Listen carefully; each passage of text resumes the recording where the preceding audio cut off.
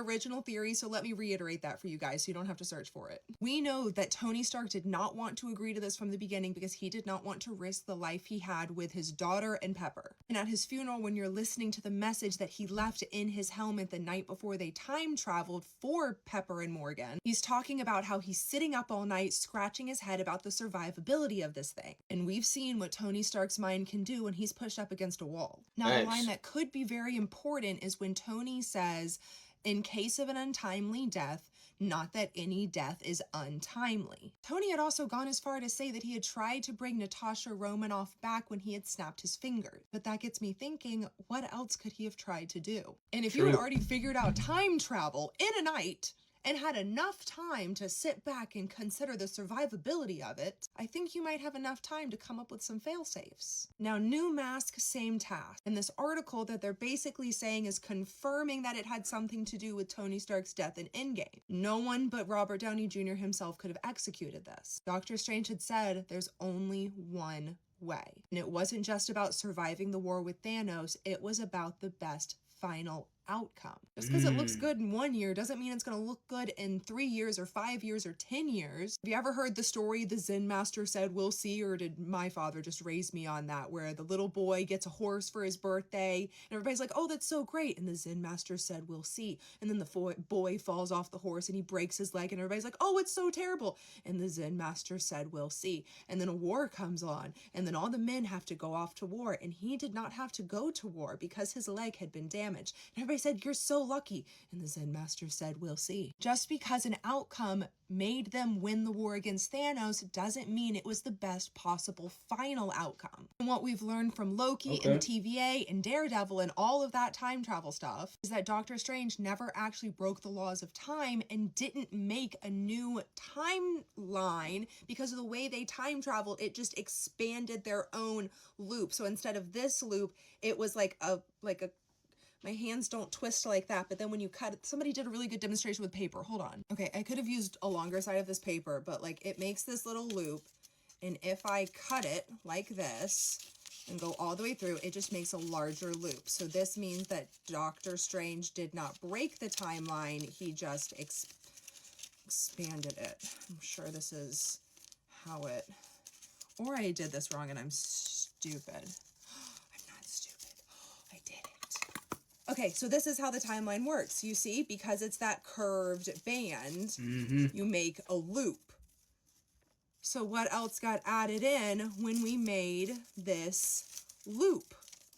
We got a whole lot of extra space here now. I wonder what could be added in there. Now, I know almost every page is on Doom watch for everything that's coming out in Marvel this year. Oh no, I spotted Dr. Doom. There's a Doom reference here. And like Daredevil, the Latvia, which is not Latveria. But these hints will lead up to something somewhere. Right now, we're just following the White Rabbit.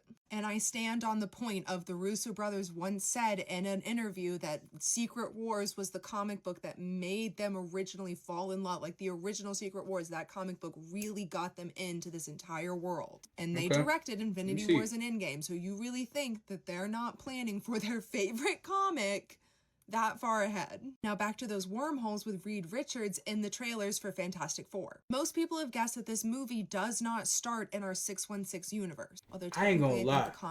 Look, regardless of what she's saying right now, because it's a whole lot of yapping, I ain't gonna lie.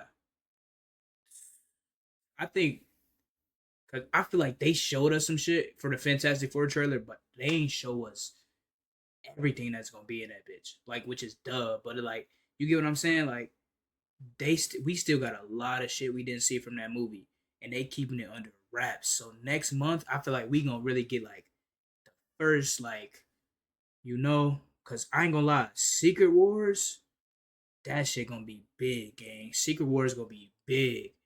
So it's like, if Secret Wars is gonna be the biggest movie of the year for sure, Doomsday is also going to be huge, bro. Like, it's so crazy that I'm such a Marvel fan. Y'all, I don't know how to point on this bitch, but you see how big of a Marvel fan I am, and it's like, I can't even tell you how they gonna do it. I have no clue. I don't. I just know it's gonna be huge, bro. Cause think about it. take Avengers 2012 for example, right? Avengers 2012 was like, all right, we see Thor, who had his own movie already, Cap, who had his own movie already, Iron Man, who had his own movie already, Black Widow, you bring it to the mix. Who I'm trying to think. Hold on, let me see. When did Iron Man 2 come out? 2010. Okay, Iron Man 2 came out in 2010. So you had already seen Black Widow and Iron Man and War Machine, and then you throw them all in the same movie, and Hawkeye, who was in Thor, and Hulk, who had his own movie. Damn, you throw them all in 2012 Avengers. And if I don't know, I know a lot of people that's my age was young, but when you went back and rewatched it, low key, that shit was big. Like that was big. It was the first the first one. Like you feel me, with all the superheroes combined. So 2012 Avengers was huge, especially for the time period. And then, don't get me wrong, Age of Ultron was good too. They added some new people, but Civil War, bring Bucky back, Black Panther coming at Joan, Ant Man who had his own movie. Um, like that shit was big. Civil War is my favorite movie, so it's like for those two movies to only be with like the main MCU Avengers and just one timeline was big, huge.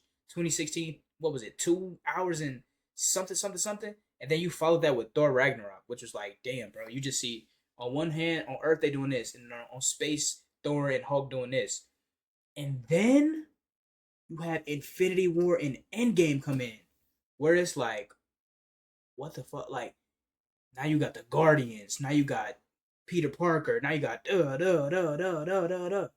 and it's like that shit was big, huge actually, to the point where it's like they don't know how they're gonna top it. And then you had people, and that's why I don't get why people be like, um, Marvel started to die off or started to fall off or started to get worse and whatever it can be. Because bro, yeah, it might not be anything as good as before Endgame besides Loki, because Loki's fucking amazing. But then you still had Doctor Strange Multiverse of Madness, like, which brought in finally like the multiverse. Cause Loki, you feel me, you just had like variants. But that one, like, you feel me, now we in new timelines, we in different universes. Now, and that shit was still big. Like, you feel me? So just think about how big Secret Wars and Doomsday gonna be. You gonna see the same character from different universes. Like, it's just gonna be so insane. And then you like, don't even get me started on Deadpool and Wolverine. It's like, bro, they always gonna do it bigger, bro. Every single time. Marvel don't disappoint. No matter what people want to say, they don't disappoint, bro. They don't. They don't, and they're not going to, bro. So it's like, I don't even know, bro. That shit is gonna be just crazy, dude. Crazy as hell, dude. Comics are 616 and the MCU movies are like 1999. So 99, there's a lot of nines. Because if they're working on time travel in the Fantastic Four, it's either because something caused that or something told them to do it. So maybe they had their own independent situation where they had to come up with time travel as a solution on their own, or somebody came to their universe and let them know that shit was going down. I do find it very interesting that Daredevil has mentioned Latvia twice. Again, not Latveria, different real world country, comic book country. And I have some ideas, but I think we're just gonna have to wait and see how they play out a little bit more. Thanks. Overall, though, I don't think Daredevil's going to be a standalone. I think it's really going to feed into the rest of the MCU. While its independent storyline might not bleed off into the MCU, it's going to keep its own course. There are going to be little Easter egg details that will be adding into other storylines outside of it in the MCU. So like any of this Fantastic Four setup, it's just going to be Easter eggs, not anything we actually see play out in this series. If you do want to see my original videos on these series, they are under my playlist. I ain't gonna lie, she was spitting. No cap. All I'm saying, all in all, is, bro, that shit is going to be like groundbreaking. Like, I can't even make that shit up. Like, I really don't know what to expect, bro. Like, honestly don't know how they gonna do it. Cause I ain't gonna lie, I didn't read the full Secret Wars comic, but I read a little bit of it or one issue, and it's like, nigga, I don't know how they're gonna do that.